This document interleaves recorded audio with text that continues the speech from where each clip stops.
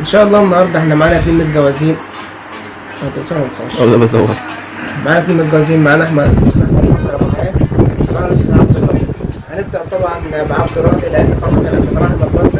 هنقول له يا عبد ايه هي اكتر لحظه مرت عليك، يعني اكتر لحظه وحشه كانت في الفرح؟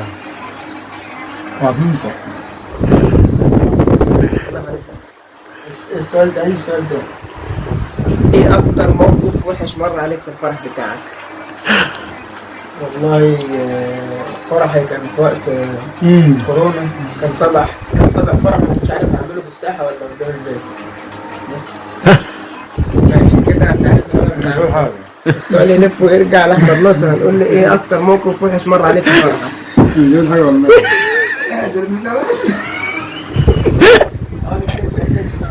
الخناقة اللي حصلت في الفرح. الجزمة كانت فيا.